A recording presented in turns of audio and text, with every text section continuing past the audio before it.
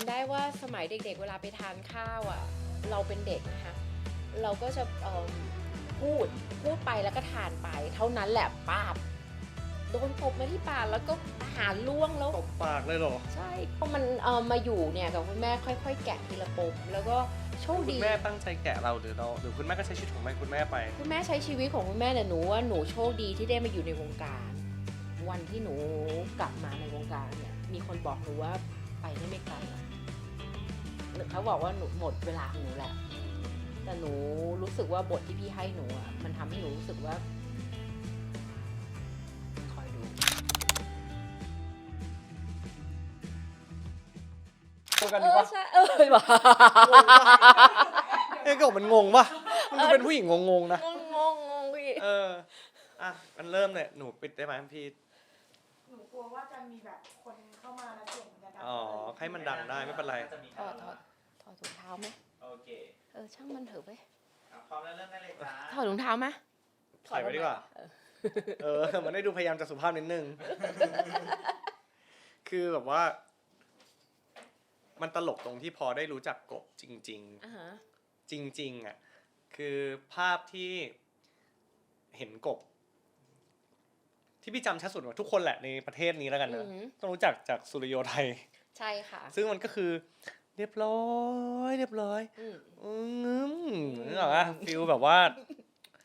ผู้หญิงในรั้วในวัง ได้ฟีลแบบที่ครอบครัวอยากให้เป็น ซึ่งครอบครัวเราอยากให้เป็นจริงๆตอนเด็ก อยากให้เป็นแม่หนูอยากให้หนูเป็นคนเรียบร้อย แล้วจริงๆแล้วคือหนูโตมายังไงนะ คือโตมาก็ถูกเลี้ยงมาแบบนี้แหละ ถูกเลี้ยงมาแบบว่า อย่างที่เคยเล่าให้บอลฟังอ่ะคันข่าวพูดเพราะมารยาททุกกระเบียดนิ้ว อันนี้โตมาจากบ้านคุณย่านะคะ คือคุณย่าเป็นแบบคนในรั้วในวังอย่าง ประ นี้ มาณนั้น แล้วก็คุณปู่ก็เป็นหลวงจบพิศนบุตรเป็นคุณหลวงค่ะแล้วก็ คือเราก็คุ้นเคยกับสิ่งเหล่านั้นจริงๆด้วย คือช่วงนั้นตอนที่กบใช่ก็คุ้นเคยกับสิ่งเหล่านั้น เพราะมันเป็นสิ่งที่เขาเหมือนกับถ่ายทอดให้เราอะค่ะเราเป็นลูกสาวคนเดียวปะ ไม่ค่ะน้องกบมีพี่น้อง6 คนแต่พ่อเดียวกัน4 คนใช่คนที่พ่อเดียวกันนี่แหละคือโตมากับบ้านหลังนี้ อ๋อก็เป็นฝั่งคุณพ่อเหรอ ใช่ค่ะฝั่งคุณพ่อที่จะมีความเราจะใช้คำว่าอะไรดีนะ เจ้ายศเจ้าอย่าง เฮ้ยก็แล้วไปหมายถึงว่า อย่างนั้นแหละเขาเป็นอย่างนั้นแหละ อ๋อเหรอเป็นอย่างนั้นเลยเหรอ เป็นอย่างนั้นแหละ คือหมายความว่าต้องเป็นตามจารีตประเพณีของเราใช้คำว่าผู้ดีอะไรอย่างนั้นพี่รู้ป่ะถ้าหนูไม่ได้มาอยู่กับแม่ช่วงที่หนูเริ่มโตเป็นสาวหนูไม่มีทางได้เข้าวงการนะเพราะว่าผู้ใหญ่ในยุคนั้นเขาก็โอเคเขาอาจจะเป็นแบบเขาเรียกว่านะต้นตระกูลรับราชการคนเก่าคนแก่อะไรเงี้ยเขาอาจจะมองว่าอาชีพเหล่านี้มันเหมือนเป็นอาชีพเต้นกินลำกินอ่ะคือคนสมัยนั้นมองงั้นจริงๆนั่นคือตอนเด็กๆไอ้ที่พูดว่าเราแบบต้องคานเข่าต้องพูดเพราะต้องเรียบร้อยต้องพับเพียบอะไรเนี่ยมันคือช่วงอายุเท่าไหร่นะอนุบาลคุณพ่อก็พามาอยู่บ้านคุณอาและอนุบาลจนถึงประถมอะค่ะที่อยู่แบบนั้นอะแล้วตอนนั้นน่ะถ้าเราย้อนกลับไปจำความได้อะในใจเราอะมันเป็นคนยังไงอึดอัดมากรู้ว่าออกมาจากบ้านคุณอาแล้วเมื่อไหร่ที่พูดถึงบ้านคุณอาอยากร้องไห้มันไม่มีเหตุผลซึ่งตอนนี้มันโตแล้วมันก็เลยไม่ได้รู้สึกขนาดนั้นแต่ตอนที่เป็นเด็กอ่ะน้องกบคิดว่าการร้องไห้มันอาจจะมีความหมายความอึดอัดความผิดธรรมชาติอะไรที่ซ่อนอยู่อ่ะของเด็กวัยนั้นที่เราไม่ได้ทำอ่ะ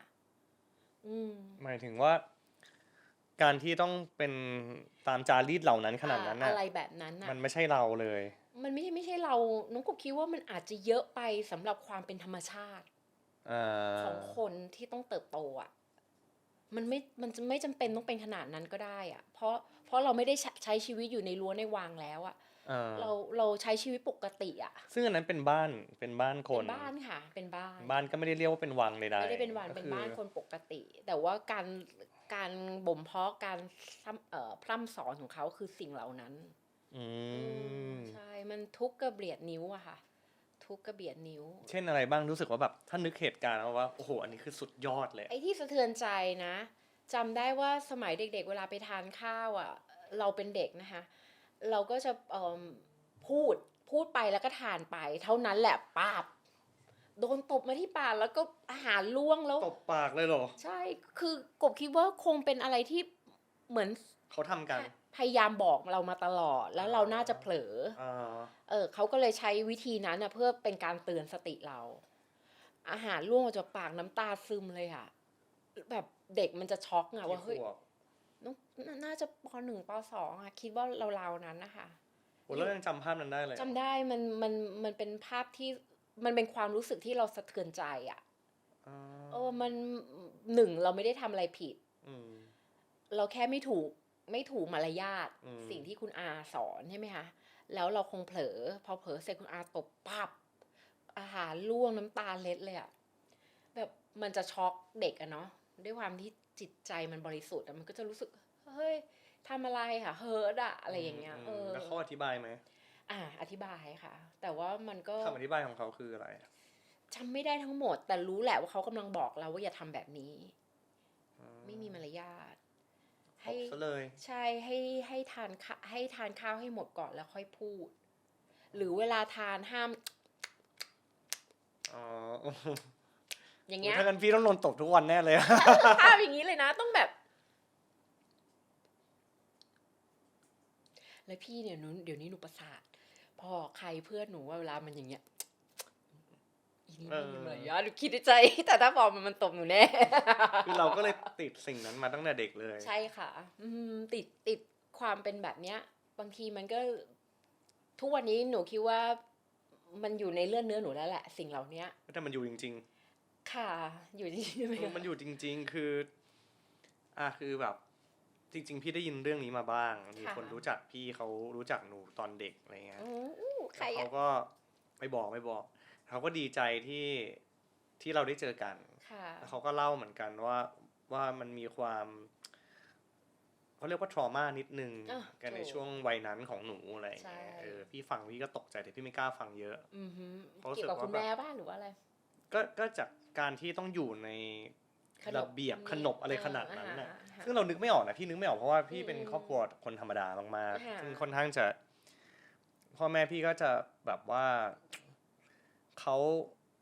ให้พี่สบายๆอ่ะดีมากครอบครัวคนจีนอ่ะแต่พี่เป็นคนจีนหัวสมัยใหม่นะ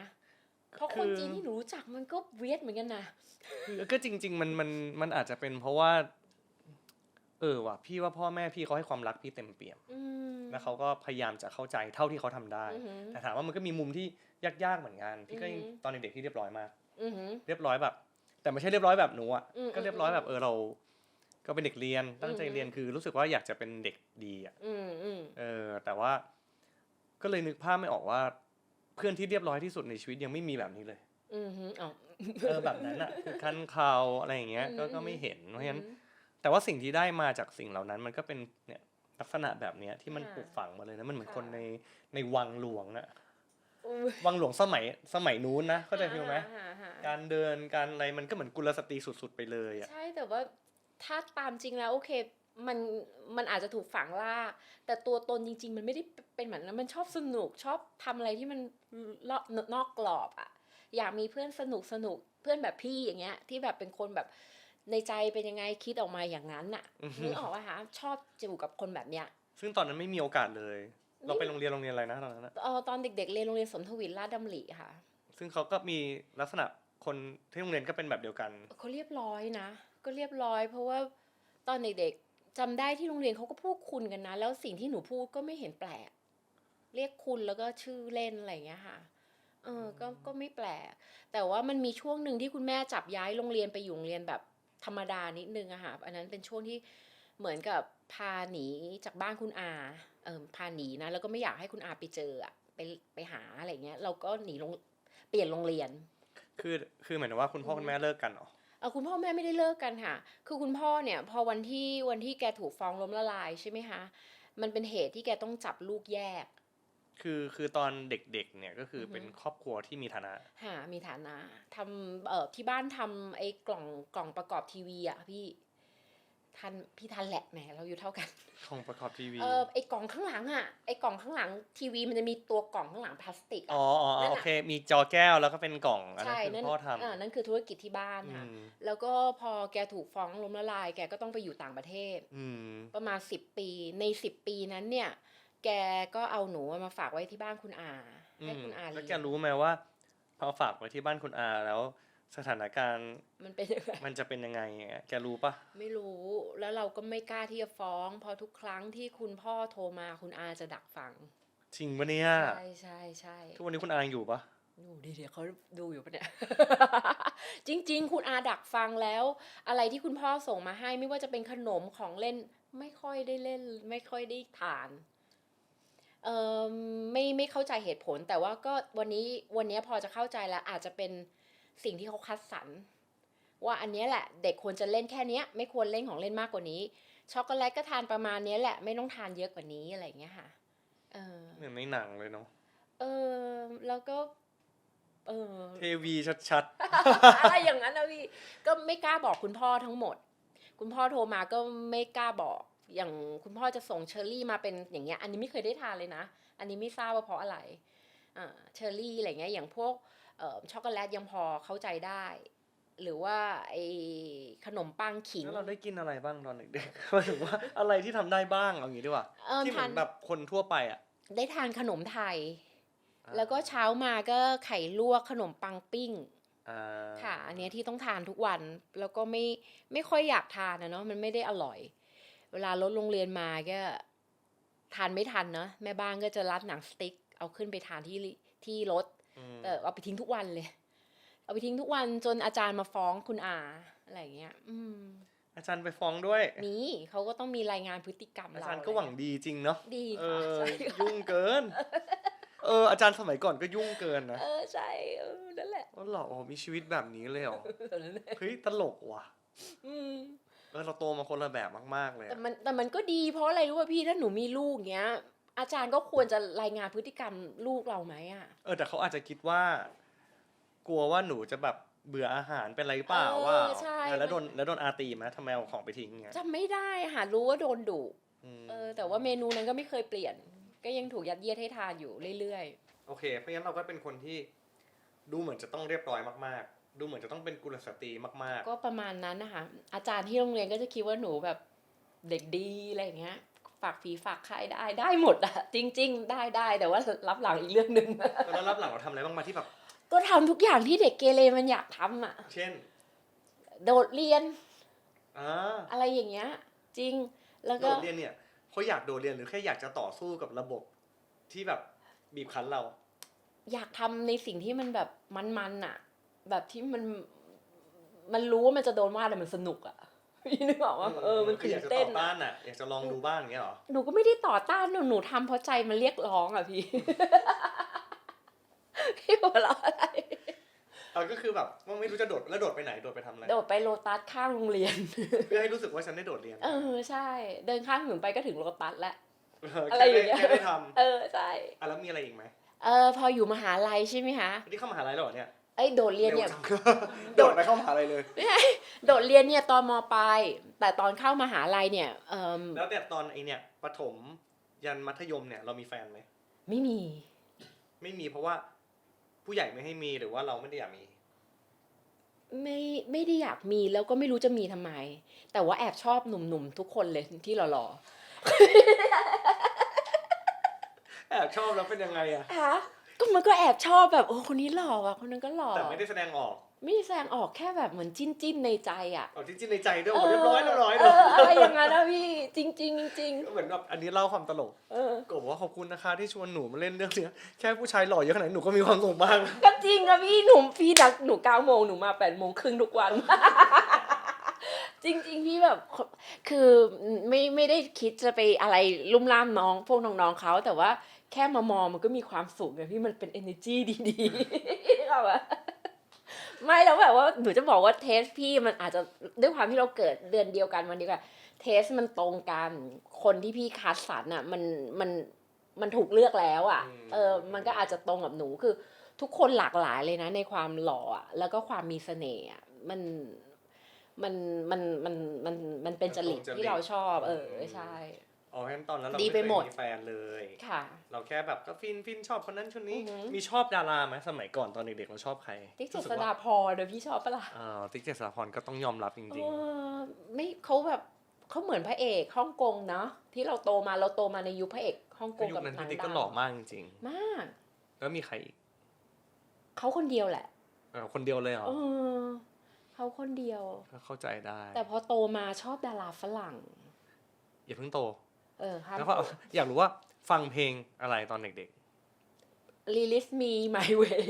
แก่ปะ ๆเป็นเพลงแบบคลาสสิกเนี่ยหรอ ใช่ฟังตามคุณแม่เวลาคุณแม่ไปส่งที่โรงเรียนค่ะ อ่า แต่ตอนอยู่กับคุณอาไม่เคยฟังอะไรพวกนี้เลยไม่มีความเป็นแบบศิลปินไม่มีศิลปะ แล้วก็ไม่รู้ว่าตัวเองมีสิ่งเหล่านี้ในตัว แต่พอมาอยู่กับคุณแม่มีความเป็นอาร์ติสอะค่ะ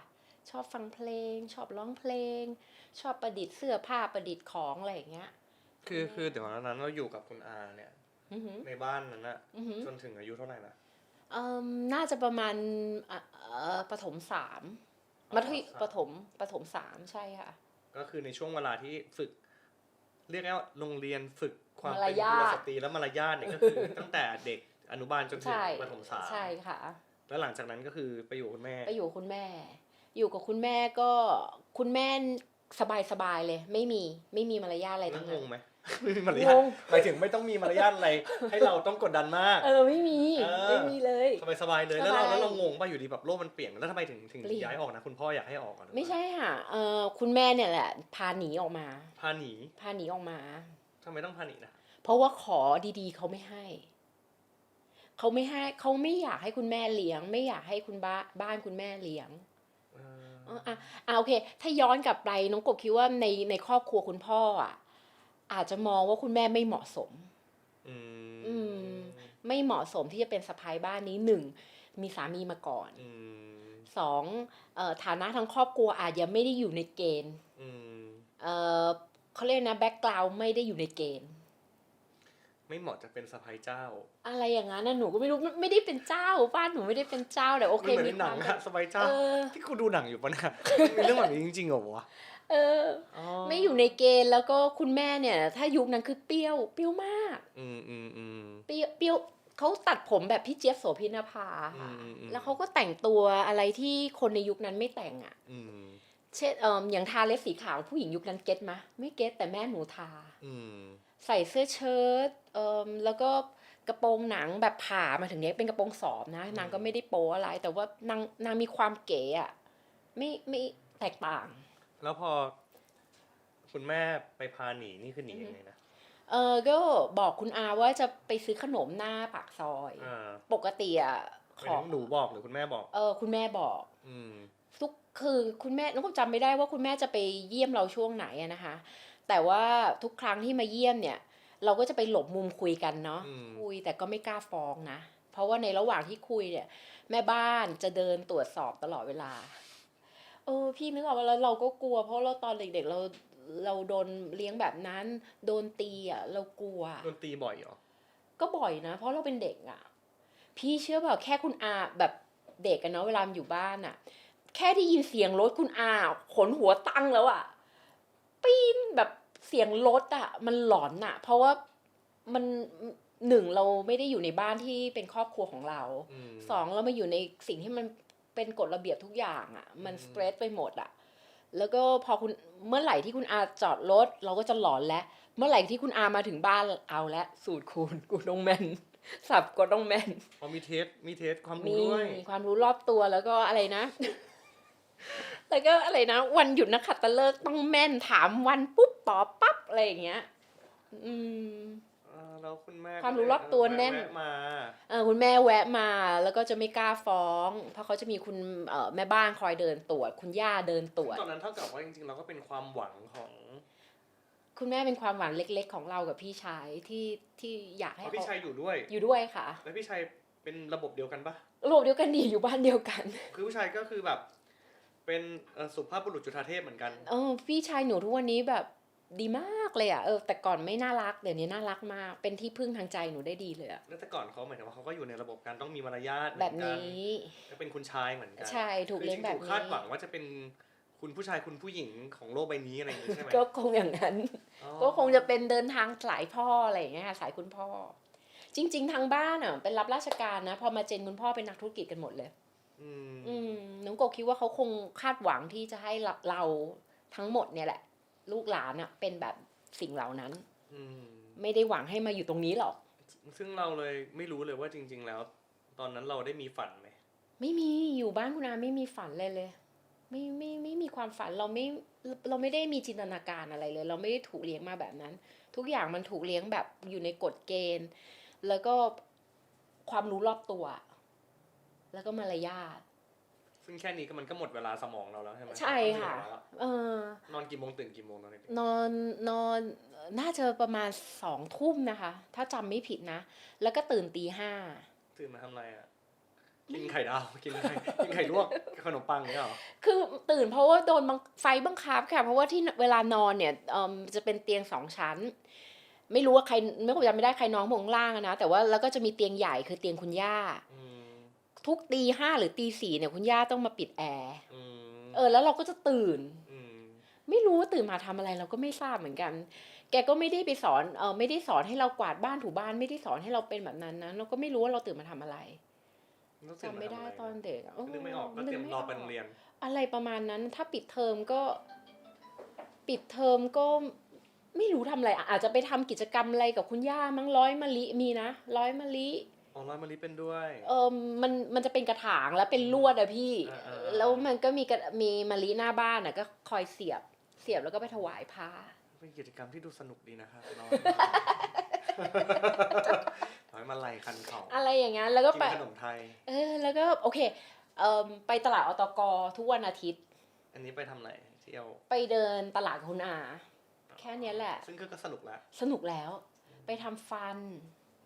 ไปทำฟันเสร็จไปเดินตลาดอตกไปเซ็นทรัลลาดพร้า ทำ ว ฟันนี่เป็นกิจกรรมที่สนุกเนาะ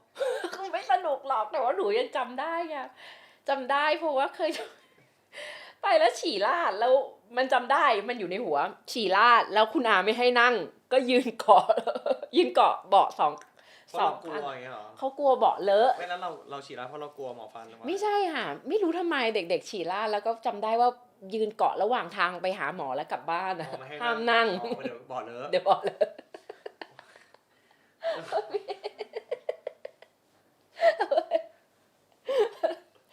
เล่าต่อเสร็จเขาก็จะให้แม่บ้านเดิ เรื่ น องเรามันเยอะมากเลยอะต่อเลย เยอะดิพี่ทำหนังละ เอาเรื่องหนูไปทำดิหนูขายพี่ น่าจะตลกเลยนะ ดราม่า แล้ว พี่ แล้วไงต่อ แม่บ้านเดินเราก็ไม่กล้าฟ้องแม่พอมาบ่อยๆ จนเขาตายใจคราวนี้แม่กล้าขอ คุณแม่กล้าขอขอไปพาเด็กๆไปซื้อขนมหน้าหมู่บ้านได้ไหมคะอะไรเงี้ย อืม เขาก็ให้นั่นแหละไปเลยโกยเลย โกยทะโยม แล้วคือไปเลยแล้วคุณอาไม่ตามเหรอ สมัยนั้นเขาก็คงไม่มีเบอร์โทรศัพท์สมัยนั้นไม่มีมือถือเนาะ อ๋อไปเพื่อให้ไปโดยที่ไม่รู้เลยว่าไปไหนเงี้ยเหรอ ใช่หนีเลยเราหนี อันนั้นแม่พาไปไหนอะ พากลับบ้านไงกลับบ้านเขาเลยไปแต่ตัวเลย แล้วอาไม่รู้จากบ้านแม่เหรอ ไม่ทราบค่ะ ไม่ทราบ อ๋อเหรอแล้วเราตอนนั้นเราอยู่แถวไหน เออ ไปถึงจากตรงไหนไปตรงไหน ตอนอยู่บ้านคุณอาแล้วอยู่แถวไหน ตอนบ้านคุณอาอยู่เขาเรียกว่าอะไรตรงที่เราไปถ่ายละครหมู่บ้านนั้นพี่จำไม่ได้ อยู่อะไรอยู่ตรงถนนเนี่ยวิภาวดีอะไรเนี่ยพวกจำเรียกไม่ได้ถนน สุทธิสารใช่บ้านคุณอาอยู่สุทธิสารบ้านคุณอา2 คนนะคะอยู่สุทธิสารหนีจากสุทธิสารช่วงนั้นไปอยู่บ้านแถวไหนนะตอนนั้นแม่พาไปอยู่แถวไหนสามเสนมั้งคะคุณแม่มีคอนโดอยู่ แต่ว่าก็ไปอยู่เป็นแบบเป็นคอนโด อยู่คอนโดใช่ค่ะอยู่คอนโด แล้วตอนนั้นเราดีใจว่าจังหวะที่แม่พาหนีเรารู้สึกไงเหมือนนี้เฮ้ยต้องไปแล้วอย่างเงี้ย มันดีใจมากพี่มากเด็กทุกคนอยากอยู่กับแม่ อืม แล้วยิ่งแม่มันแบบนี้ยิ่งน่าสนุกโอ้ยแม่หนูพาหนูหนีโรงเรียนนะ อ๋อเหรอ ใช่ คือแม่ก็เป็นคนสนุก แม่เป็นคนสนุกไร้สาระมาก ซึ่งคนละโลกกับชีวิตคือเหมือนออกจากบ้านคุณอาที่เป็นแบบร้อยมาลายคันเข่าก็ไปอยู่กับแม่ที่เปรี้ยวเลย ใช่เปรี้ยวแล้วก็แบบ นอนป .3 เนี่ยเหรอ ตอนใช่ค่ะป .2 ป .3 ใช่ไปอยู่กับคุณแม่ที่แบบว่าอยู่นอกกรอบทำอะไรผิดทุกอย่างอะไรเงี้ย นี่ นี่มันเรื่องอะไรวะเนี่ย จริงๆแม่หนูอย่างนี้หนูคิดว่าพ่อหนูชอบแม่หนูเพราะแบบนี้ อ่ะ พี่ ดื่มก่อนพี่ว่ามันเพี้ยนมากเลยตอนนี้อืม แม่หนูชอบพ่อหนูชอบคุณแม่เพราะแม่หนูเป็นแบบนี้แหละเพี้ยนๆบ้าๆบอๆอะไรเงี้ย แล้วในฐานะเด็กคนนั้นน่ะ อือหือ ควรเราดีใจมากเลยแหละเพราะว่าเราอยู่ในเกาะโคตรๆเลย อือหือ แล้วอยู่ดีเรามาอยู่ที่ที่ไม่มีกรอบอะไรเลย ไม่มีเลยนอน4 ทุ่มกินขนมทุกวัน อยากกินอะไรก็กินข้าวซูเปอร์ก็แบบว่าซื้อได้หมดไม่ เรา มีใคร ย้ายโรง ห้า เรียน ม ได้ป่ะ ย้ายค่ะ แต่ว่ามันจะมีปีหนึ่งหรือ2 ปีอะที่ไม่ไปโรงเรียนเลยอยู่บ้านอยู่เล่น เฮ้ยเดี๋ยวก่อน ก็หนูบอกแล้วว่าแม่หนูไม่ปกติ แบบพอหนีมาปุ๊บอะก็คือไม่ไปไหนเลย ไม่ไปเลยอยู่ ไม่ต้องไปเรียนละไม่เอา คือเขากลัวเราไปโดนคุณอาพากลับ ใช่เราอะกลัว แม่ก็กลัวด้วย โอ้ที่ขนาดนั้นเลยเหรอ ใช่ มันต้องหนีกันหัวซุกหัวซุนขนาดนั้นเลยเหรอเนี่ย กลัวเราอะเด็กอะเรากลัวอยู่แล้ว อืม น่ากลัวมาก น่ากลัวมากเลย น่ากลัวมาก เรารู้ ปวดหัวแล้วตอนนั้น มันน่ากลัวมากมันอยู่กับแม่มันยิ่งทำอะไรที่แบบว่าเราไม่เคยได้ทำอะเรายิ่งรู้สึกโหแม่คือขวัญใจอะพี่นึกออกว่า แต่ว่าเราไม่รู้ว่าในมุมมองของแม่ที่ไม่เอาเราไปโรงเรียนเนี่ย แม่คงไม่ได้กลัวอาขนาดนั้นหรอกแต่เราอะกลัวมากพี่นึกออกใช่ไหมคะอยู่บ้านเล่นอย่างเดียวกินขนม อยากทำอะไรก็ทำ ถือว่าเป็นช่วงชีวิตที่มีความสุขมาก ก็ถือว่าโชคดีมาก ถามว่ามีความโชคดีตรงนั้นซ่อนอยู่ เพราะถ้าอยู่ตรงนั้นหนูว่าหนัก อยู่ตรงนั้นจนโตหนูว่าหนักมันมาอยู่เนี่ยกับคุณแม่ค่อยๆแกะทีละปม แล้วก็โชค คุ ดี ณแม่ตั้งใจแกะเราหรือคุณแม่ก็ใช้ชีวิตของแม่คุณแม่ไป คุณแม่ใช้ชีวิตของคุณแม่เนี่ยหนูว่าหนูโชคดีที่ได้มาอยู่ในวงการ อันนั้นอายุเท่าไหร่นะที่เริ่มเข้าวงการ เข้าวงการเอาแบบเข้าเต็มจริง ๆเลยนะคะ18อ๋อแต่ว่าตอนแรกตอนป.3 อะไรเนี่ยก็คือก็ใช้ชีวิตเหมือนเด็กทั่วไปแล้ว เด็กทั่วไปแล้วประมาณ12เริ่มถ่ายโฆษณา แล้วตอนเด็กทั่วไปเนี่ยเวลาเราไปเจอกับคนอื่นตอนนั้นเราเรียนโรงเรียนอะไรตอนที่ย้าย ตอนที่ย้าย หลังจากพักไป2 ปีอะ กลับไปอยู่สมทวินอีกรอบนึง อ๋อกลับไปอยู่ใหม่ ค่ะ กลับไปอยู่ใหม่ แล้ แล้ว ว ครูยังฟ้องอีกป่ะ ไม่หรอก ครูไม่ยุ่งแล้วเนาะ ไม่ยุ่งแล้วโตแล้วพี่ ไม่ยุ่งแล้วก็ความประพฤติก็ไม่ได้มีอะไรที่ครูเขาจะเพ่งเล็งประพฤติดีอะค่ะครูรัก เรายังมีความเรียบร้อยอยู่ ใช่ครูรักหนูมากแล้วครูชอบคิ้วหนูเรียนเก่งแต่หนูเรียนไม่เก่งเลย คือหน้าเราดูเรียนเก่ง ใช่แต่ว่าโอเค สมองก็ยังพอดีอยู่บ้าง ถ้าสมมุติตั้งใจนะแต่ถ้าไม่ตั้งใจอ่ะแบบไม่ตั้งใจเรียนแล้วเรียนเก่งอ่ะไม่ใช่คนแบบนั้น ต้องตั้งใจมากๆถึงจะเรียนดีทีเนี้ยครูเนี่ยก็จะรู้สึกว่าเราก็อยู่ในเขาเรียกนะลักษณะที่เขาอ่ะชอบผู้ใหญ่อะนะคะรักอะไรอย่างเงี้ยเพราะมันเป็นพื้นฐานตรงนั้นด้วยป่ะตอนเราเด็กๆแล้วเรามีความเป็นกุลสตรีใครๆเห็นแล้วแบบบวกกับหน้าเราอ่ะมันก็ไปทางเดียวกันแบบ ก็เป็นไปได้ คุณผู้หญิงกบน้องผู้หญิงกบอะไรเงี้ยเจ้าชายเจ้าหญิงอะไรแบบเนี้ย มันก็ทำให้คนรู้สึกแบบเอ็นดูป่ะพูดถึงมันก็มีข้อดีไหมกับการที่ถูกฝึก ก็ดีค่ะก็ผู้ใหญ่ก็ส่วนใหญ่ก็จะเอ็นดูหนูโดยไม่มีสาเหตุแล้วก็จะเป็นคนที่เข้าหาผู้ใหญ่โดยเขาเรียกว่าเข้าหาผู้ใหญ่โดยธรรมชาติอะโดยไม่ต้องรู้สึกฝืนนะคะ ก็แปลว่าในจุดนั้นจริงๆมันยังมีข้อดีอยู่ป่ะ ใช่ในดีมีเสีย แต่มันคุ้มไหมกับการที่แบบว่าเราได้มารยาทการวางตัวแบบนั้นมาแต่ต้องแลกชีวิตวัยเด็กอย่างนั้นแล้วรู้สึกสยองขวัญรู้สึกว่ามันคุ้มไหม หนูว่าคุ้มเพราะว่ามันคุ้มอยู่แล้วเพราะว่าในดีมีเสียหนูเชื่อเราก็มองตรงในข้อดีแล้วกันแต่ในข้อเสียเราก็ปล่อยผ่านไปถือว่าเป็นประสบการณ์ชีวิตแล้วก็ที่บอกพี่อ่ะเหตุผลที่มันมาค่อยปลดล็อกทีละเปาะจากการเข้ามาอยู่ในวงการพอเราอยู่ในวงการเจอคนเร็วอะไรเร็วไม่ใช่ในระหว่างนั้นเราไม่มีอะไรผิดพลาดค่ะมีเราได้เรียนรู้แล้วเราก็ได้ปลดล็อกในเรื่องส่วนตัวเราไปทีละเปาะอะค่ะ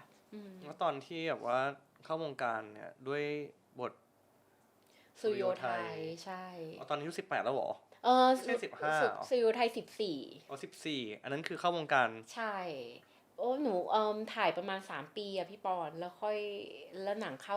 18พอ18ก็มีชื่อเสียงเลยเพราะว่าตอนนั้นน่ะก็จำได้ว่าเหมาะบทมากในมุมของคนดูเหมาะมากเพราะว่ามันก็ดูเป็นกุลสตรีจริงๆเพราะฉะนั้นไอ้แบ็คกราวด์ที่อยู่บ้านคุณอามันก็คงซัพพอร์ตมากที่ทำให้เขาเห็นว่าจะหาใครที่หน้าแบบนั้น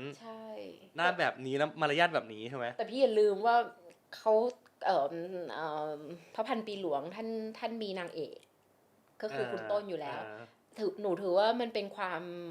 วามโชคดีของหนูดีกว่า เพราะว่าหน้าเราดันเป็นเหมือนคุณต้น คล้ายมาก ใช่ตัวเองยังตกใจเลยอะวันที่ไปแคสคือสิ่งที่ไปแคสเนี่ยมันเกิดจากวันนั้นหนูไปเที่ยวกับพี่สาวเป็นเพื่อนๆที่กลุ่มสาธิตประสานมิตรหนึ่งในนั้นก็มีน้องชายหม่อมบีภรรยาท่านมุ้ยอะค่ะพี่เขาก็ไปพี่เอ็กอะมีพี่เอ็กด้วยพี่เอ็กนักยิงปืนทีมชาติอะเขาเป็นแฟนกับเพื่อนพี่สาวหนูที่สาธิตประสานมิตรน้องหน้าไทยๆนะปุ้ยก็หน้าตาดีคือพี่สาวหนูเนาะไปแคสแบบเพราะว่าเขาหานางเอกสุริโยไทยอยู่ไปทั้งพี่ทั้งน้องอะแล้วพี่สาวหนูก็โอเคเดี๋ยวพาน้องไปก็ไปแคสกันทั้งพี่ทั้งน้องนะจริงๆอะพี่สาวหนูก็ต้องเป็นบทพี่ใหม่ตอนเด็กเขาก็หน้าคล้ายพี่ใหม่เหมือนกันส่วนหนูอะพอไปแคสปุ๊บทุกคนตกใจครูแอลเอาชุมาตกใจทีมงานตกใจเฮ้ยทำไมเหมือนคุณต้นตกใจกันหมดแล้วก็หลังจากที่แคสเนี่ยเขาก็ต้องส่งแคสติ้งทุกคนนะคะไปที่ในวังให้สมเด็จท่านเลือกอีกทีหนึ่งหลังจากนั้นก็ผ่านไปกี่เดือนไม่รู้3 เดือนมั้งพี่มาแคสอีกรอบหนึ่งตอนอีกรอบหนึ่งอันนี้ไม่รู้ว่าแคสอะไรนะคะแคสถึงตี 4เลย4 ทุ่มถึงตี 4อีกวันหนึ่งแล้วพอกี่เดือนไม่รู้ผ่านไปอันนี้จริงแล้วเลือกหนูแล้วท่านมุ้ยบอกโอเคไปอยุธยาเลยไปเจอคุณต้นไปเหมือนเซตฉากเหมือนถ่ายทำจริงเลยที่อยุธยาท่านมุ้ยบอกกับคุณแม่ว่าฉันมีบทอยู่2 บทหน้าสุโยทัยสุโยทัยตอนเด็กไม่ใช่ลูกสุโยทัยพระสวัสดิราชจะต้องหน้าเหมือนแม่มันเหมือนเป็นเรื่องเนื้อเรื่องที่จะทำให้ขุนพี่เลนเข้าใจผิดว่านึกเหมือนเป็นพอเห็นดีมายใช่นี่มันคนรักคนแรกในตอนสาวแต่เขาไม่ได้สมหวังใช่ไหมคะนี่เป็นเหตุผลที่เขางั้นเล่นเป็น2 ตัวละกันเขาเล่นเป็น2 ตัวเลยใช่ช่วงที่เล่นเป็นพระสวัสดิราชอยู่อายุ14หน้าหนูก็จะเป็นอีกแบบนึงใช่ไหมคะแล้วพอหนูเริ่มช่วงสาวเริ่มจะโตเป็นสาวสัก17ท่านมุ้ยเอามาเล่นเป็นสุริโยไทยตอนนั้นเริ่มจะมีน้ำมีเนื้อมีน้ำมีนวลแล้วมันหน้ามันก็จะแตกต่างกันซึ่งก็ถือว่าเป็นประสบการณ์ที่ดีในชีวิตดีมากค่ะดีมากแล้วก็ไปกองถ่ายก็รู้สึกสนุกมากถึงแม้ถ่าย3 ปีก็ตาม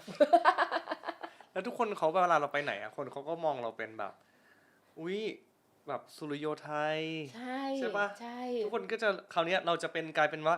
วีรสตรีของไทยไปเลยวะเป็นภาพของคนมองเป็นภาพที่คนคาดหวังว่าหนูจะต้องเป็นผู้หญิงเหล่านั้นเรียบร้อยใช่ซึ่งจริงๆหนูก็อยากสบายๆฮ่าๆขำๆอะไรเงี้ยเนาะก็ทำไม่ได้แล้วก็ไม่รู้เรายังไม่รู้จักตัวเองด้วยความเป็นเด็กเราก็ยังวางตัวไม่ถูกตอนที่เรามีชื่อนะคะแล้วคุณแม่ก็จะพูดฝังหัวเลยเธอต้องเรียบร้อยเธอต้องเรียบร้อยเธอต้องเรียบร้อยผู้ใหญ่จะได้เอ็นดูเราก็ทำไมเราก็เลยต้องแอปไง ก็เลยต้องแอปเรียบร้อยไปไหนก็ต้องแอปเรียบร้อยแอปเป็นคนดีแอปตลอดเวลาเหนื่อยไหมมันแบบเหนื่อยดิคาดหวังของการเหนื่อยต้องเรียบร้อยมากๆใช่แล้วต้องเป็นคนดี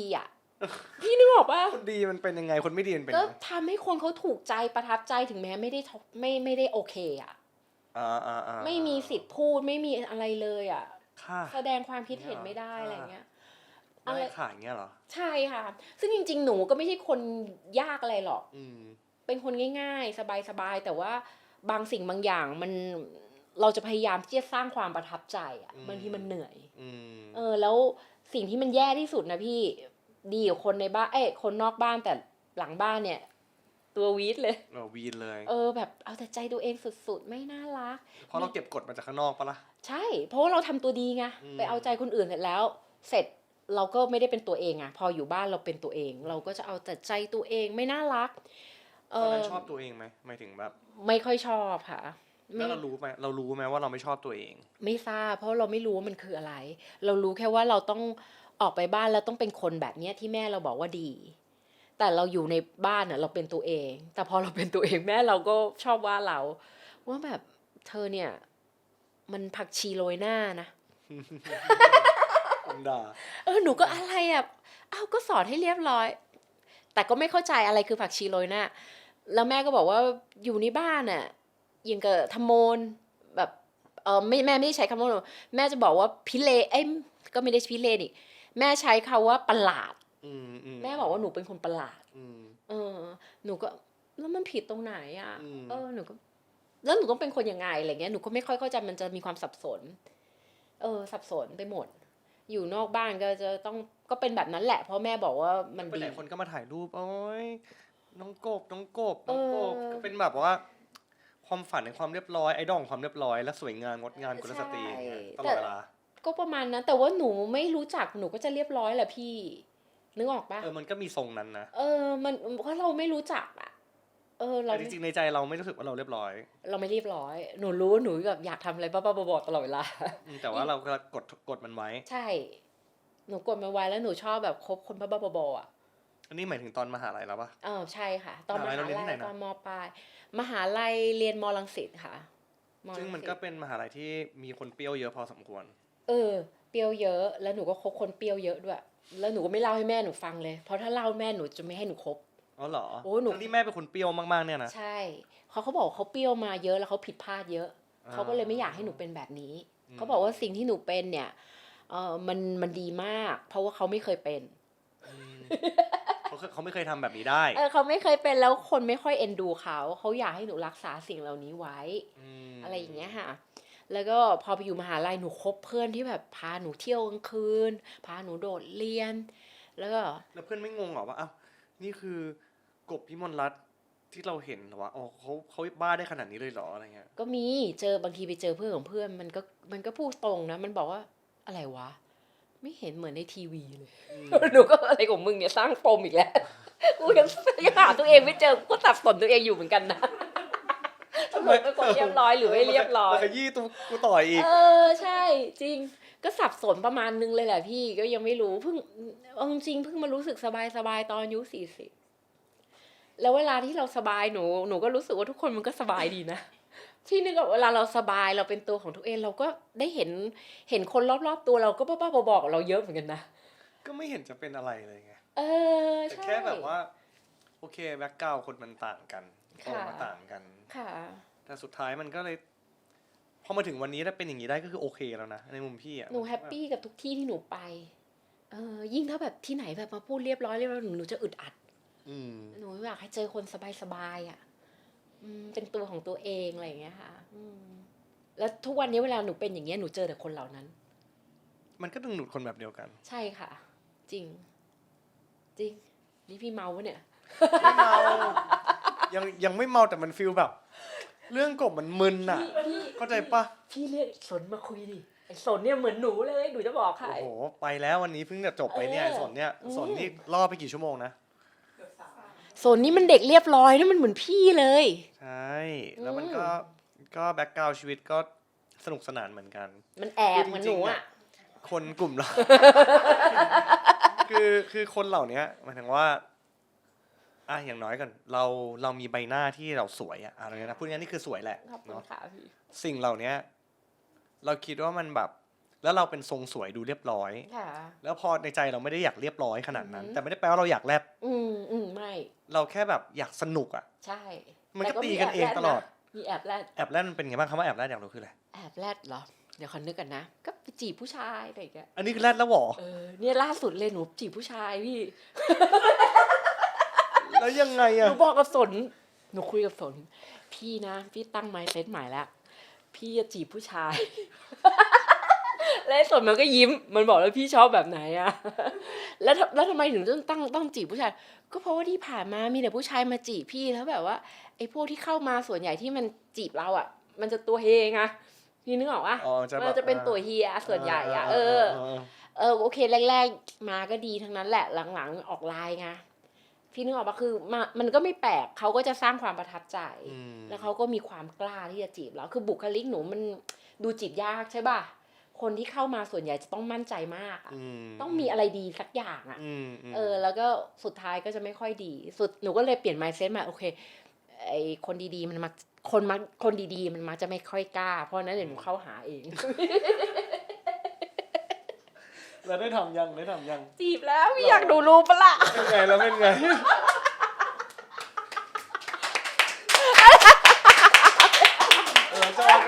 ชอบนี่คือครั้งแรกในชีวิตเลยเหรอ พี่ อันนี้คือสิ่งที่บอกว่าแรดอะนะ เอ โอ้ อ โห มีอีกเดี๋ยวขอนึกก่อน ตลกขนาดเนี้ย ใช่เนี่ยล่าสุดละหนู นี่ล่าสุดแล้ว หนูคุยกับผู้ชายพี่คุยอะไรกันก็ไม่รู้หนูกลัวเขาอายอ่ะที่หนูมาเล่าอ่ะหนูคือหนูยังจีบไม่ติดไงเขาอาจจะเทหนูก็ได้ พี่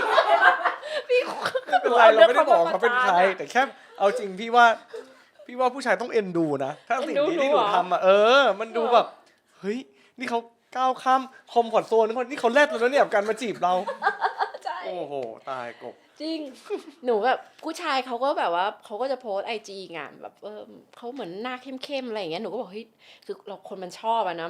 หน้าเข้มไงมันก็น่ารักหนูก็บอกน่ารักเขาบอกเขาหน้าเข้มเราน่ารักหนูแต่เราก็คิดในใจเอ๊ะทำไมเรารู้สึกว่าเราเหมือนเป็นผู้ชายจีบผู้หญิงเลยวะแล้วผู้ชายก็ตอบกับหนูมันต้องมีครั้งแรกเสมอ อ้าวแปลว่ามีใจ ใช่ปะ มีใจ พี่ล่าสุดผู้ชายกลับบ้านอ่ะโพสไอจีหนูเข้าไปต่อนิดนึงต่อเสร็จแล้วหนูก็บอกว่า ตอนนี้ DM หรือว่าคอมเมนต์ DM DM ใครกล้าคอมเมนต์พี่เปิดเผย โหแต่ตอนนี้เล่าทำแล้วนะ ไม่ติด หนักกว่าคอมเมนต์อีก พี่ไม่รู้อะค่ะเสร็จหนูบอกว่าหนูถามเขาว่าอะไรวะเดี๋ยวก่อนขอนึกนะถามว่าช่วงนี้ว่างยังหนูก็ถามเขาไปดื่มกันไหมอันนี้แรดแล้วนี่แรดแล้ว โอเคโอเค คือหนูคิดว่าการไปดื่มหนึ่งไปละลายพฤติกรรมเพราะหนูคิดว่าเขาเรียบร้อยหนูก็เรียบร้อยพี่เข้าใจป่ะบางทีก็ต้องไหลๆบ้างเฮ้ยผู้ชายไม่ตอบว่ะเสียหน้าปะวะไม่เป็นไรเดี๋ยวคุณลบ ลบเสร็จเช้ามาเว้ยหนูถามใหม่ไปปฏิบัติธรรมกันบ้าง คือหนูคิดอย่างนั้นจริงๆพี่ช่วงนี้หนูวุ่นวายและหนูคิดว่าเขาเป็นคนดีเขาคงอาจจะแบบพูดอย่างนี้อาจจะถูกใจเขาทาร์เก็ตเขาอ่ะผู้ชายตอบกลับมาว่าปกติก็นั่งสมาธิอยู่ที่บ้านอยู่แล้วแล้วก็อยากจะเอาเวลาทำงานมากกว่าแต่ว่าไปดื่มได้นะหนูบอกอ่านไปแล้วแต่เมื่อคืนโอ้ไม่อันเซนโอ้ย หนูบอกอ่านเหรอเขาบอกอ่านหนูก็คิดว่าผู้ชายมันแบบมันคงขำเราอ่ะ พี่ว่ามันน่ารักดี เอาจริงอันนี้ตลกน่ารักโหยินดีด้วยนะอุตส่าห์ได้ลองพยายามเหมือนกันเลยนะอันนี้คือแรดแล้วโอ้พี่อยากดูตัวปะ เมื่อไรเดี๋ยวเราเจอตัวจริงเลยดีกว่าได้ให้หนูจีบติดกันแต่ดูทรงแล้วก็มีความหวังอยู่ หรอเขาก็น่าจะชอบอะไรเพี้ยนๆได้ถึงคุยกับหนูแบบนี้ได้ใช่พี่หนูจีบมา6 เดือนน่ะ6 เดือนเลยเหรอหนูชอบมาประมาณปีกว่าชอบเขาเพราะอะไรหนูชอบผู้ชายที่มีคาแรคเตอร์แล้วก็ชอบผู้ชายที่มีแพชชั่นของตัวเองอ่ะหนูอ่ะเห็นเขาในโซเชียลอย่างหนึ่งแล้วหนูก็ไปที่ร้านเลยหนูก็แบบจะเจอไม่เจอช่างมันให้พรหมลิขิตเสร็จหนูเจอไม่ครั้งแรกหนูเจอไปครั้งที่2หนูเจอเสร็จแล้วหนูก็แบบคือเขาทำร้านหนูไม่พูดดิพี่เดี๋ยวคนรู้ แต่พูดมาแล้วอ่ะกูเริ่มงงแล้วเนี่ยเขาทำร้านนึงอ่ะเขามีธุรกิจของเขาแล้วเราเลยเอาตัวไปที่ธุรกิจเขาใช่คือแบบเป้าหมายมีไว้พุ่งชนไงพี่นึกออกว่าเราครั้งแรกเลยมาที่ทำอะไรแบบนี้ทำแบบนี้แหละครั้งแรกเลยกูตื่นเต้นมาตอนที่ไปร้านเขาไม่ตื่นเต้นมันก็อายุ40แล้วพี่นึกออกใช่ไหมมันก็จะมีความแบบได้เสียนิดนึงอ่ะกล้าได้กล้าเสียคนละกล้าได้กล้าเสียเสร็จดูก็แบบไปเจอคุยแล้วไม่ใช่ว่ะแม่งดูติ่มหน้าตามันไม่ได้ติ่มอ่ะบุคลิกไม่ติ่มแต่คุยติ่มแต่ก็ชอบเพราะว่าด้วยลักษณะก็หาชอบที่ลุคเขาหรือว่าอะไรใช่ชอบกับสิ่งที่เขามีแพชชั่นใช่เสร็จหนูก็หาข้อมูลไม่เจอเลยหนูเจอแต่ร้านของเขาอะไรเงี้ยแล้วพี่เชื่อว่าพรหมลิขิตผ่านไปประมาณกี่เดือนไม่รู้หนูไปเจอเขาแบบโดยบังเอิญในที่ไม่ควรเจอแล้วเขาไม่ได้อยู่ในเวนี้อ่ะเขามาที่หนึ่งอ่ะที่มันเป็นเดี๋ยวพูดเยอะแล้วกันเอาไปว่าเจออ่ะพรหมลิขิตอ่ะพี่นึกออกป่ะเสร็จหลังจากนั้นหนูก็เข้าไป DM คุยชวนคุย6 เดือนมีแต่มันเหมือนมันหนักขวาพี่ก็ใช่ป่ะพี่ก็ใจหนักขวาป่ะมีแต่เราถามเขาซ้ายแม่งเบามากเลยอ่ะซ้ายเบามากเรามีแต่คำถามผู้ชายไม่ถามเลยเราเลยเว้ยแต่ว่าเราถามไปตอบทุกครั้งหนูเอาว่าวัดดวง คือหนูจะไปต่อคือถ้าไม่ชอบหนูจะไปต่อแล้วไงพี่เข้าใจป่ะหนูจะได้ไม่ตั้งเป้าที่คนนี้ คือหนูชอบใครหนูจะชอบแค่คนเดียวแม้แต่คนที่มาจีบหนูก็จะไม่เปิดโอกาสคือแค่คนนี้คนเดียวอะเราไม่ได้ชอบคนเราไม่ได้ชอบคนง่ายอะถามเลยหนูก็ถามเขาแบบไม่ได้ก็พูดไปว่าเขินใหญ่เลยว่ะ ลิ้นพันกันมากแล้วอ่ะหนูว่าเราคิดถึงเธอนะเฮ้ยอันนี้คือกล้าสุดแล้วหนูบอกหนูคิดถึงเขาแล้วหนูก็แบบว่าเราขอโทษที่แบบเราแบบรู้สึกไงเราก็พูดอย่างนั้นน่ะแต่ถ้ามันอึดอัดบอกเราได้นะอะไรเงี้ยแล้วตอนนั้นน่ะถ้าเขาตอบอึดอัดเราทำไงอ่ะก็ถอยดิพี่ อยู่ไหมอ่ะ เขาตัดอึดอัดบอกเราได้นะพูดกันตรงๆได้เราเป็นคนรับได้เขาตอบหนูกลับมาว่าประมาณว่าอะไรวะเขาโอเค แต่ว่าให้เข้าใจเวลาของเขาโฟกัสเรื่องงานแล้วเขาก็ตอบกับแล้วเขาก็บอกโอเคเขาก็อันนี้มันส่วนตัวของเขานิดนึงเขาก็เคยมีความรู้สึกที่ไม่ดีมาก่อนกับความสัมพันธ์อะไรเงี้ยหนูก็เลยโอเคแล้วหนูก็เลยตอบโอเคก็เท่าที่มีเวลาแล้วกันก็ทำความรู้จักกันไปนั่นแหละหลังจากนั้นหนูก็เริ่มกู๊ดไนท์กับผู้ชายก่อนทุกครั้งเลยไม่มีผู้ชายกู๊ดไนท์หนูก่อนมอร์นิ่งไม่มีหนูก่อนทุกครั้งเลยพี่ ก็ไม่เห็นเป็นไรปะก็อยากทำก็ทำไปดิก็แต่เราก็อยากได้ให้เขาทำบ้างอย่างเงี้ยเหรอแต่ว่าหนูไม่กดดันดีกว่าเอาให้เป็นให้เขารู้สึกอ่ะแล้วให้มันมาเองตามธรรมชาติมันดีกว่าก็แค่ได้รู้สึกชอบใครก็แฮปปี้แล้วชุ่มฉ่ำก็ได้กล้าทำอะไรก็ตื่นเต้นแล้วไงใช่ค่ะก็มันก็เหมือนกับเขาเรียกนะเหมือนหนูก็ออกจากคอมฟอร์ตโซนหนูด้วยอ่ะในสิ่งเหล่านี้แล้วก็เนี่ยหนูก็รู้แล้วไปต่อกับคนนี้หมายถึงมีโอกาสพี่นึกออกว่าเพราะถ้าเขาปิดหนูก็พอแล้วก็ไม่ตื้อเหมือนกันพี่นึกออกว่าเข้าใจคือเรื่องเนี้ยเวลาเป็นกบเราอ่ะมันก็ดูแบบมันน่าตื่นเต้นนะแต่คนอื่นเขาทำกันตั้งแต่สมัยไหนแล้ว โอ้โหมันเรื่องใหญ่โตไปหมดเลยหนูต้องไปถามเด็กในกองถ่ายอ่ะรุ่นลูกน้องพี่อ่ะชื่ออะไรอ่ะน้องชื่ออะไรอ่ะโดลลี่หรืออะไรชื่ออะไรไม่รู้อ่ะไทนี่อ่ะถามว่าพี่ต้องจีบผู้ชายไงวะสอนพี่หน่อยดิแบบนั้นเลยเหรอถามผู้จัดการแถวนี้มีเต็มเลยน้องๆสอนหนูพี่ต้องวัดจาก IG เว้ยวัดจากว่าเขาเข้ามาดูสตอรี่เปล่ากดไลค์เปล่าอะไรอย่างเงี้ยถ้าดูแค่นี้แปลว่ายังอะไรอย่างเงี้ยซับซ้อนนี่เนาะจริงๆแล้วทำไปเถอะจริงเหรอทำไปเถอะอยากทำอะไรก็ทำไปเลยตอนนี้มันมาขนาดนี้แล้วอะชีวิตอะรู้แต่ว่าจริงไม่ต้องไปกลัวแล้วทำไปเลยไม่มีผิดไม่มีถูกหรอกแต่ว่าเราก็ต้องแบบต้องเขาเรียกอะไรต้องมีเทรนเนอร์นิดนึงไง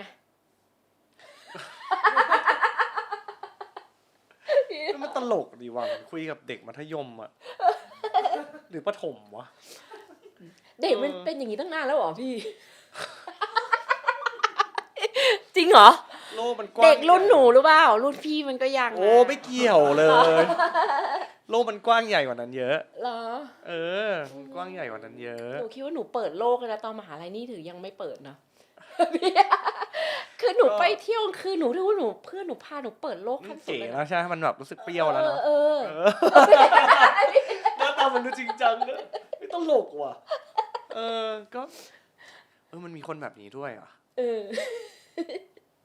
แปลกดีว่ะกบแปลกมากจริงอ่ะจริงเหรอแต่มันไม่ได้แปลกแบบดูประหลาดนะมันแปลกแบบมันเหมือนคนแบบหนีออกจากแบบออกมาจากกรงทองอะไรอย่างเงี้ยหนีออกมาจากกรงทองอะไรอย่างเงี้ยป่ะมันเลยแบบว่าเพิ่งมาเห็นโลกเพิ่งได้ลองทำนู่นทำนี่อย่างเงี้ยหรอแต่หนูก็ไม่แปลกนะสนก็เหมือนหนูนะพี่เร็วเนาะไม่เหมือนทำไมเพราะเขาเป็นเด็กผู้ชายเหรอแต่เขาเรียบร้อยนะสนมันมีมุมได้ทดลองเขาแค่แบบว่าไม่ได้แสดงออกบางอย่างแต่เขาไม่ได้ขนาดนี้แน่ๆแต่ถามว่าเขาก็ไม่ได้มีพาร์ทถูกเอาจริงๆแต่คู่นี้มันก็เหมาะสมกันในเรื่องจริงๆที่ป่านนี้ก็คงเห็นแล้วแหละมันเหมาะสมกันในเรื่องจริงๆเพราะตอนที่พี่เห็นกบในข่าวพี่แบบอย่างที่บอกแหละว่า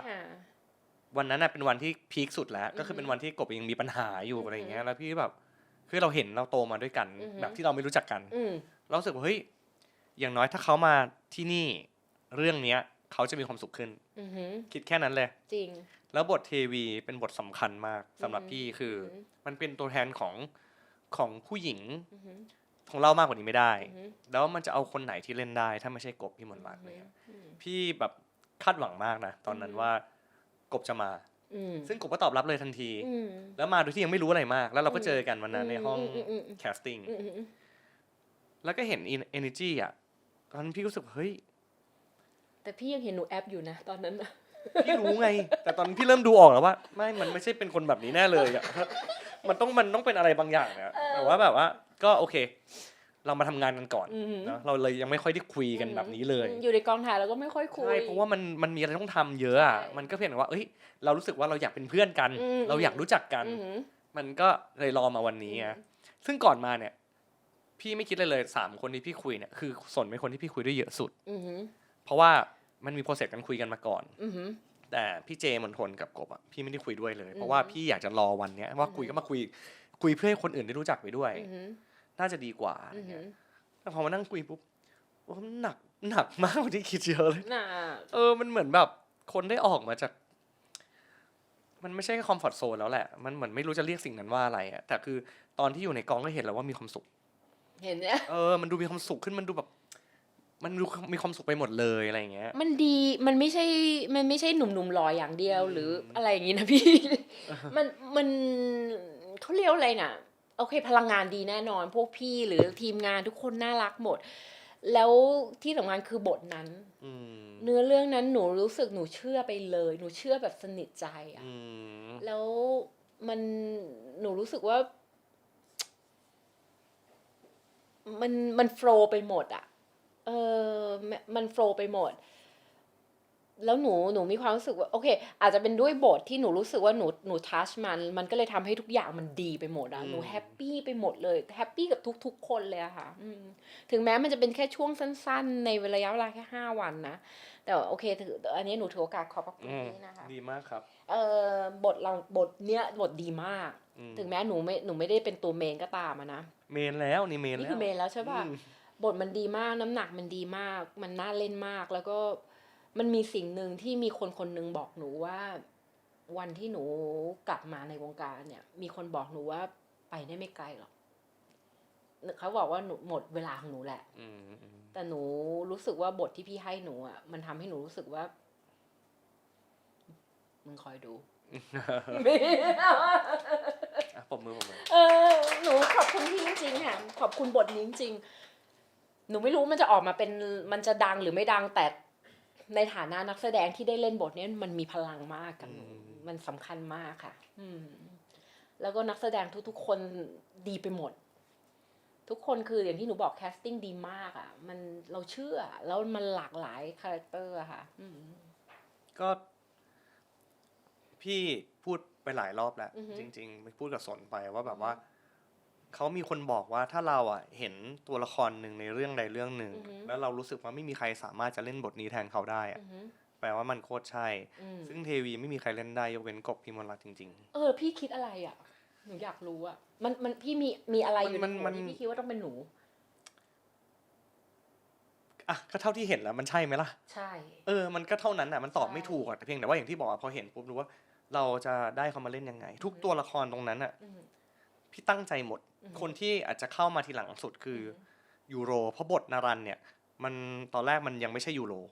ไม่เหมาะกับน้อง มันไปไกลตัวเขามาก พี่อะโยนเขาปัดตกไปหลายรอบ มันก็ต้องใช้เวลาอะไรเงี้ยมันก็ต้องมีเขาเรียกว่าพรหมลิขิตด้วยบางอย่าง แต่ว่าอย่างเทวีเนี่ย ก็เห็นกบวันนั้นเนี่ยคือตอนแรกอะหาไม่เจอเลยใครดี เพราะว่าเราไม่เห็นกบพิมลรัตน์เลยเขาหายไปเลย เขาไปอยู่ในโลกของเขาเนอะเราก็ไม่ได้รู้หรอกว่าเขาเป็นไงบ้างแต่พอเห็นวันนั้นอะในใจลึกๆดีใจ ที่โอเคเขาเรียกได้ว่าเราน่าจะมีโอกาสให้เขามาเล่นในมุมของคนทำงานตรงนี้เราก็อยากได้คนที่เหมาะสมกับบทจริงแต่ดีใจมากกว่านั้นคิดว่าเชื่อเถอะเขาเข้ามาเขาต้องมีความสุขแล้วพี่พูดกับกบว่าแบบเดี๋ยวกบจะมามีความสุขนะจำได้ใช่ป่ะ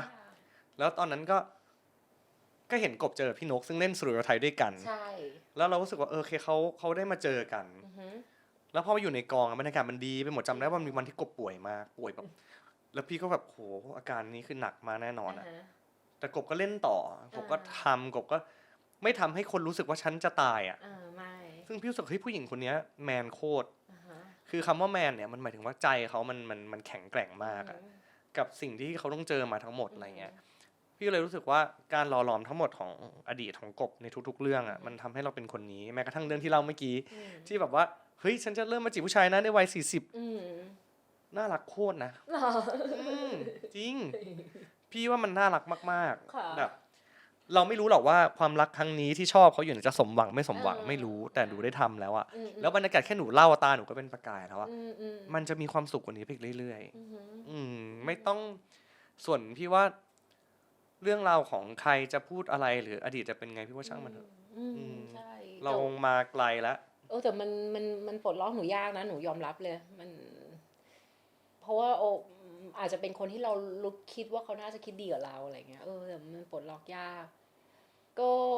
เอาสิ่งเลวร้ายเนี่ยมาเป็นแรงขับเคลื่อนดีกว่าถ้าดีที่สุดอาจจะต้องไม่รู้สึกอะไรเลยอะที่ว่าถ้าทำได้ในมุมของคือพี่ไม่ได้ไปประสบตรงนั้นนะเพราะพี่เคยตอนเด็กๆพี่เคยมีปัญหาแบบโอเคสิ่งที่พี่ต้องรับผิดชอบ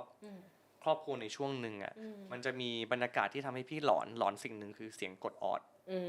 เพราะรู้ว่าเดี๋ยวจะมีอะไรมาวุ่นวายอะไรเงี้ยแล้วพี่ก็ไม่เคยไปปรึกษาจิตแพทย์เลยก็ตามตอนนั้นเราก็ยังแบบสู้ชีวิตเองเนาะมันก็หลอนใจเต้นตุบๆทุกครั้งที่ได้ยินเสียงออดจนสุดท้ายพอมันยอมรับมันนะว่าโอเคเรื่องมันจบไปแล้วเราต้องเผชิญหน้ากับความกลัวนั้นนะแล้วก็ทำให้มันเป็นเรื่องปกติจนหลังๆพี่ก็ไม่รู้สึกอะไรช่วงสมัยก่อนเลย10 กว่าปีที่แล้วเงี้ยคือพี่เหนื่อยมากอะเหนื่อยกว่านี้มันไม่ได้เหนื่อยกว่านี้ในเรื่องของแรงกายเหนื่อยใจอะ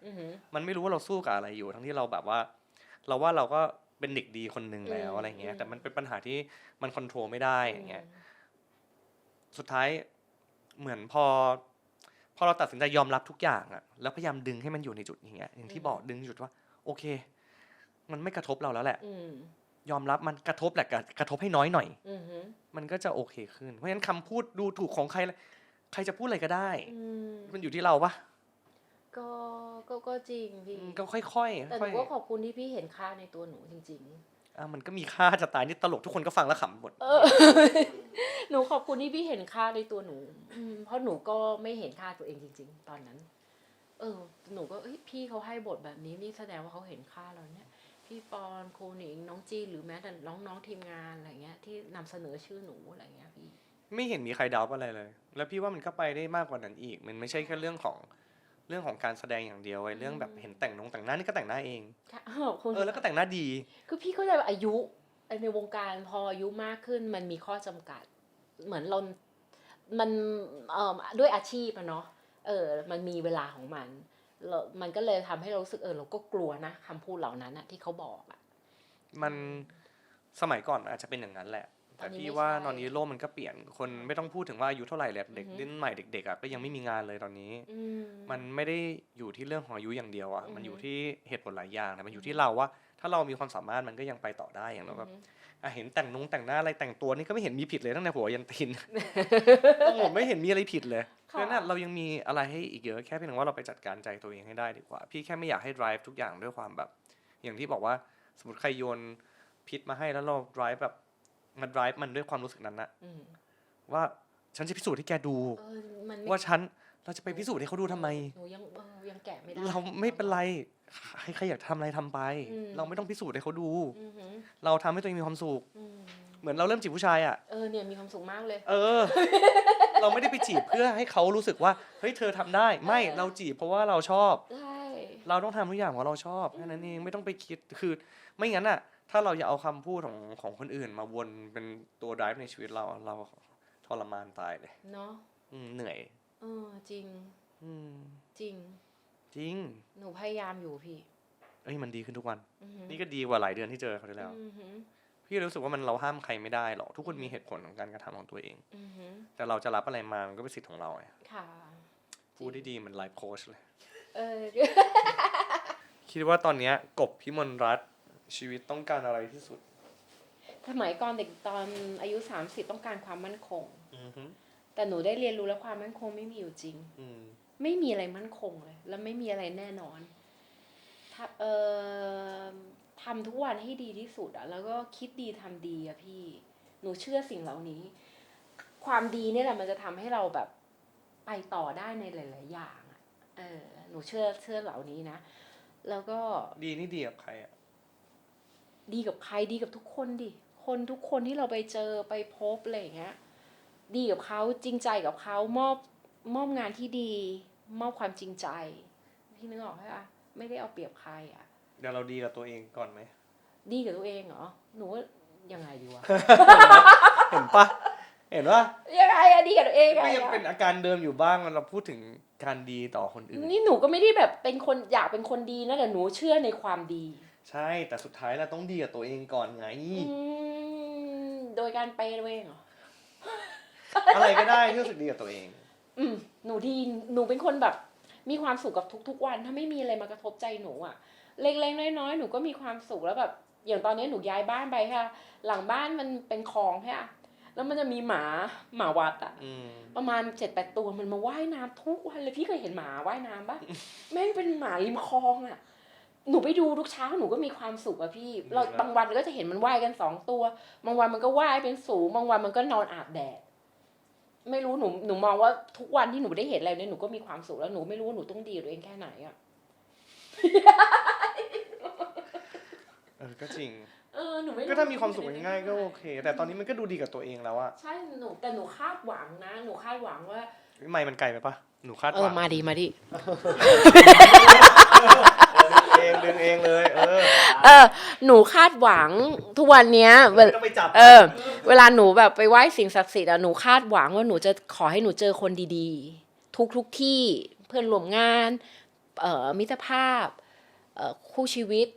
บริวารหนูขอให้เจอคนดีๆคนที่ไม่ดีขอให้อรทานหายไปอะคือไม่ให้เสียเวลาเขาเยอะรู้ว่าอาจจะต้องเจอแต่ไม่ต้องเสียเวลาเยอะอะนั่นแหละหนูขออย่างเงี้ยหนูขอแค่นี้จริงๆพี่ก็น่าจะเป็นไปได้อยู่ไม่ดูทรงเห็นไหมก็มาอยู่กับคนดีๆเต็มไปหมดหนูขอแค่เนี้ยไม่อยากเสียเวลาเพราะว่าเวลาที่เราแบบเสียเวลากับคนที่เขาไม่ได้จริงใจไม่ว่าใครอ่ะมันเฮิร์ตอ่ะไม่ว่าจะเป็นมิตรภาพแบบไหนมันเฮิร์ตหมดเพราะว่าเราคบใครเราให้ใจไงเราก็ไม่ได้แบบหวังจะไปเอาผลประโยชน์กับใครใช่ป่ะเราก็แบบว่าโอเคจะบอกว่าไม่หวังอะไรเลยในบนโลกนี้คงไม่ใช่มันก็เหมือนกับให้และรับอะไรอย่างเงี้ยพี่นึกออกใช่ไหมแล้วเราต้องแบบคิดว่าเราต้องรวยไหมยากนะหนูความรวยอาจจะไม่ใช่ความสุขที่สุดในชีวิตแต่ขอให้ไม่ขัดสนอ่ะเพราะว่ามันคือมีความรู้สึกว่าถ้ารวยมากบางทีอยู่ยิ่งสูงยิ่งหนาวอ่ะไม่อยากเป็นอย่างนั้นอ่ะขอกลางๆแล้วกันแล้วก็ไม่อยากเป็นคนที่แบบว่าหลงตัวเองอ่ะที่แบบทุกคนต้องมาพรีซเราเพราะว่าความดังความรวยอะไรเงี้ยหนูไม่อยากได้คนแบบนั้นอ่ะหนูอยากได้คนที่เข้าหาเราเพราะเราเป็นเราอ่ะเพราะฉะนั้นไม่ต้องอยู่สูงมากก็ได้อยู่อย่างเงี้ยแหละอยู่แบบคนไม่มีเงินอ่ะแต่ไม่ลำบากเราไม่ลำบากอย่างเงี้ยไม่ลำบากใช่เอาไปอ่ะดีหนูชอบแบบนี้แต่ว่าหนูรู้ว่าสังคมอะชอบแบบให้ความสำคัญคนเหล่านี้ก็บางอย่างเวลาเราไปออกงานเราก็ต้องแต่งตัวให้เกียรติดูดีบ้างอะไรเงี้ยแต่ถ้าถามว่าชีวิตส่วนตัวไม่ได้สนใจสิ่งเหล่านี้ซึ่งลักษณะเราเป็นคนที่ดูรวยนะรู้ปะล่ะรู้สึกไหมว่าเดินมาแล้วดูรวยจริงเหรอดูเป็นแบบหม่อมราชวงศ์หญิงพิมลรัตน์ดูเงินในบัญชีไหมล่ะซึ่งพี่ว่ามันเป็นสิ่งที่ดีนะว่าแบบว่าเราก็มีบุคลิกที่มันดูแพงดูอะไรแต่มันใจร้ายกับสิ่งเหล่านี้ใจร้ายกับหนูนะทำไมเล่าอะไรพี่ฟังหนูไปซื้อพวงมาลัยหนูอยากจะไหว้แม่หนูวันแม่หรือว่าไหว้คนที่หนูแบบว่าเคารพเหมือนแม่อะไรเงี้ยขนาดหนูไปปากคลองตลาดแล้วนะเขาคิดพวงมาลัยหนู500 บาท600 บาทอะพี่แล้วหนูก็ดีใจมากหนูคิดว่านั่นถูกแล้วจริงๆพี่ปรากฏว่าบ้านที่หนูเพิ่งย้ายไปเนี่ยมันมีปากคลองตลาด2ไอ้พวงมาลัยที่หนูเคยซื้อแค่100 เดียวเองอะพี่เนี่ยมันใจร้ายใจไอ้ที่พี่บอกเนี่ยหนูว่าบางทีมันใจร้ายอะ ใช่พี่ก็โดนเหมือนกัน ใช่ป่ะ มันก็ธรรมดาแหละแต่ว่าเราก็ต้องฉลาดขึ้นแค่นั้นเองว่า ใช่ ต่อไปมึงหลอกกูไม่ได้นะมึงหลอกกูได้ครั้งเดียว ถูกแต่หนูก็หลายรอบนะ มันก็เป็นอย่างที่บอกว่า beauty privilege หรือความดูดีความดูแพงอ่ะบางครั้งมันก็ถูกคาดหวังเนี่ยอย่างที่แบบความดูเรียบร้อยดูเป็นคุณผู้หญิงหรืออะไรเงี้ยมันก็เป็นความคาดหวังของคนนะมันก็เนี่ยจริงๆสิ่งที่เราคุยกันมา3คนเนี่ยมีเรื่องเดียวกันคือ ความคาดหวังต่อลุคต่อสิ่งที่เขาเห็นจากภายนอกอ่ะ เหนื่อยนะ เขาคิดว่าเราจะเป็น1 2 3 4ใช่มันเหนื่อยแต่ว่าหนูก็เข้าใจว่าสังคมก็คาดหวัง เรา เป็น ก็ ธรรมดาของคน แต่เราก็โอเคก็ไม่เขาเรียกว่าไม่ขวางเขาเรียกไม่ขวางโลกอ่ะก็ไปตามที่เขาอยากให้เห็นอยากเป็นอยากมองอะไรเงี้ยแต่เรารู้เราอ่ะต้องไม่หลงกับมัน เราต้องบอกกับตัวเองว่าเราเป็นใครนี่นึกออกใช่ป่ะเยี่ยมชนแก้วดีกว่า ค่ะพี่ เสร็จแล้วล่ะพี่ว่ามันน่าจะสนุกสุข ได้แล้วเหรอ ได้แล้วน่าจะได้เยอะแล้วนะ ได้เยอะแล้วพี่ ใช่ไหม แต่หนูอยากมีเล็กๆน้อยๆ อืม ที่ถามพอเก็บตกจากที่พี่พูดคุยกับพี่แล้วกัน เพราะว่าเหมือนเท่าที่ฟังอ่ะคือพี่อยู่เป็นคนแบบที่อยู่ในระเบียบในเกาะหมายถึงว่าถูกคัดสรรให้อยู่ในรูปแบบของไม่ว่าจะฝั่งอาฝั่งแม่ฝั่งอะไรเงี้ยมาโดยตลอดอะไรเงี้ยหนูได้ยินประโยคที่พี่พูดว่าตอนอยู่บ้านอาไม่มีความฝันอะไรเลยเพราะว่าเขาจัดระเบียบให้หมดใช่ไหม ใช่ แล้วแบบถ้าอย่างสมมติเวลาเราไปเรียนเรามีครูถามแล้วว่าแนะแนวครูแนะแนวอย่างเงี้ยถามว่าเราอยากเป็นอะไรทำอะไรตอนนั้นความฝันพี่คืออะไร ไม่มีเลย แล้วเราไม่มีเลย ไม่มีเลยอยู่กับคุณแม่ก็ใช่ว่าจะมี อืม ไม่มีเพิ่งมามีตอน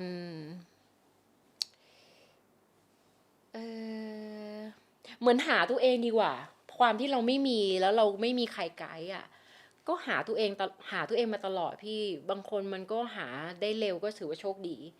บางคนก็หาได้ช้า แต่ก็อย่างกบคิดว่ากบหาตัวเองได้ประมาณ30 กว่า ก็ความฝันแรกที่เรารู้สึกว่าเฮ้ยนี่คือฝันของเราเลยคืออะไร น้องคงไม่มีความฝันอ่ะ ไม่ความฝันไม่มีอ่ะเป็นดารามีชื่อเสียงเหรอไม่ใช่อ่ะแค่ได้ทำในสิ่งที่ตัวเองรักอ่ะไม่ได้มีภาพเลยว่าฉันอยากจะเป็นอะไรไม่มีแค่ได้ทำในสิ่งที่ตัวเองรักทำตามแพชชั่นของตัวเองอ่ะสมัยเด็กๆอะนะเคยอยู่ในกองถ่ายแล้วเราก็ถามตัวเองว่าที่กูมาทำอะไรอ่ะคืออาจจะเหมือนพี่เจมนทนอ่ะพี่เจเขาหล่อใช่ไหมเขาก็จะรู้สึกว่าทุกคนคาดหวังความหล่อของเขาใช่ป่ะแต่ของกบมันไม่ได้อยู่ในพาร์ทขนาดที่แบบสวยแตะลุมบนขนาดนั้นน่ะแต่ว่ามันจะอยู่ในพาร์ทที่แบบเป็นนางเอกต้องมีมาตรฐานแบบนี้หรืออะไรเงี้ยแล้วก็ไม่ได้อยู่ในบิวตี้สแตนดาร์ดของคนละครพี่เคยว่าหนังเนี่ยมันไม่มีบิวตี้สแตนดาร์ดทุกคนเป็นคาแรคเตอร์ใช่ป่ะเราก็ยังแยกไม่ได้แต่พอเราลงมาอยู่ในละครอะบิวตี้สแตนดาร์ดเราไม่ใช่มาตรฐานของเขาก็จะโดนตำหนิเยอะแล้วก็จะงงว่าตัวเองมาทำอะไรอยู่ตรงนี้หลายๆครั้งอะนะรู้สึกว่าไม่ค่อยชอบอะสิ่งเหล่านี้มันเหมือนเป็นแล้วเราก็ยังไม่ได้ให้ค่าในเรื่องการแสดงเยอะด้วยพี่เข้าใจป่ะมันเหมือนแบบอยู่ดีๆก็มีชื่อเสียงเขามีงานให้ก็ทำอะไรเงี้ยเรายังไม่ได้ให้ค่าในเรื่องการแสดงเยอะแล้วเราก็ไม่รู้ว่าเรามาทำอะไรตรงเนี้ยไม่ได้ชื่นชมตัวเองอ่ะเพราะว่าเรายังไม่ได้รู้สึกว่าเราได้ทำอะไรตามแพชชั่นของเราอ่ะพี่นึกออกใช่ป่ะเด็กๆอ่ะมาเป็นดาราก็จะรู้สึกว่าได้เป็นดารามีชื่อเสียงได้แต่งตัวสวยๆมันแค่นั้นจริงๆแต่มันไม่รู้ว่าแพชชั่นของใช่แพชชั่นของเราหรือเปล่าอ่ะหนูเพิ่งมาเจอตอนหนูแต่งหน้าพี่คือมันไม่ใช่สิ่งที่หนูพยายามบอกคนอื่นว่าหนูสวยแต่มันเป็นสิ่งที่หนูบอกคนอื่นไปคือมันแต่งได้แบบนี้นะแบบนี้ก็สวยได้นะศัลยกรรมไม่จำเป็นนะลูกพี่นึกออกปะเพราะเด็กๆสมัยนี้เขาจะคิดว่าศัลยกรรมอ่ะคือสิ่งที่ถูกต้องเรามีความไม่เพอร์เฟกต์เราต้องแก้ไขแต่จริงๆน้องกบเชื่อว่าทุกคนที่เกิดมาบนโลกใบนี้เขา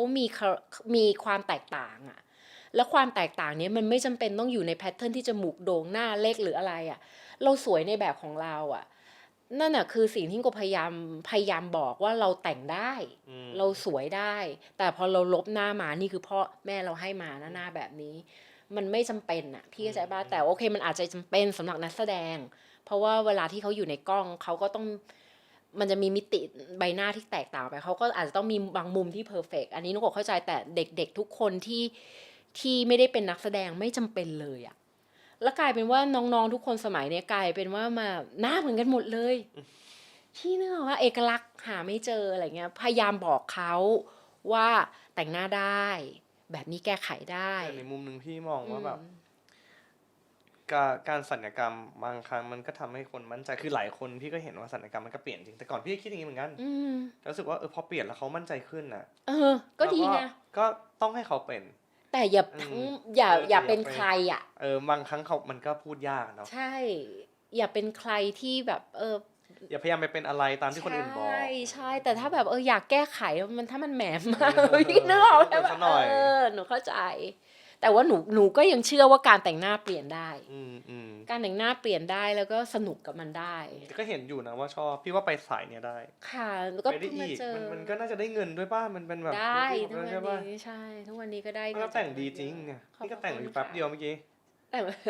ก็ดีอันนี้ก็ดูแบบสกินมากเลยนะค่ะคือตอนที่แบบบทเทวีเราก็คุยกันเยอะเราเวิร์กช็อปเรื่องการแต่งหน้ากันเยอะมากแบบทำไงเพราะเรารู้สึกว่ากบอะแต่งเองเก่งมากแต่คือเฮ้ยอยู่ดีกบจะมานั่งแต่งเองอะมันก็ไม่ใช่เรื่องเพราะว่ามันต้องจูนอินตัวละครอะไรเงี้ยเราก็หาลุคกันเยอะนะตอนแรกทีวีก็ไปไกลอยู่เหมือนกันกว่าจะวนมาเจอลุคนี้เพราะพี่มีภาพในหัวแบบเนี้ยแต่จะวนยังไงให้เจอวะเงี้ยจำได้ลุคทีวีที่แบบออกงานอะโอ้โหลุคนี้คือแบบโคตรได้โคตรใช่ทุกคนก็แฮปปี้หมดนี่ดูตัดจนถึง EP 4คือแบบมันฟินเหมือนกันนะเวลาเห็นเทวีออกมารู้ว่าเขาเป็นตัวละครที่มีอะไรเสมอเนี่ยสปอยละดูได้ไหมเขาอยากดูเดี๋ยวก็เชิญไปดูแล้วนี่วันที่2ไปดูกันเนี่ยเดี๋ยวก็ดูไปเรื่อยๆไปดูตามจังหวะนั้นเราจะไฮป์ไปกับคนดูคนดูเขาจะแบบดูไปพร้อมๆกันดูไปพร้อมๆกันมันจะสนุกจริงๆมันจะเป็นประสบการณ์ที่แบบเงินซื้อไม่ได้เพราะว่าหลายๆครั้งว่าเราไปดูอะแล้วแฟนๆเขาอยู่ในโรงเขาจะได้รับ energy บางอย่างหรือเรามานั่งอ่านโซเชียลมันจะแบบวู้ว้าวอะไรเงี้ยตอนละครมันไม่มีอย่างนี้ก็เลยป่ะอันนี้มันเห็นรีแอคชั่นของคนเลยอะทั้งออนไลน์แล้วก็ต่อหน้าก็น่าจะสนุกไปกลับบ้านแล้วล่ะกลับบ้านดีกว่าขอบคุณครับพี่ยังไม่เมาเลยกลับไหมอะเมาบ้างพี่ขอบคุณครับ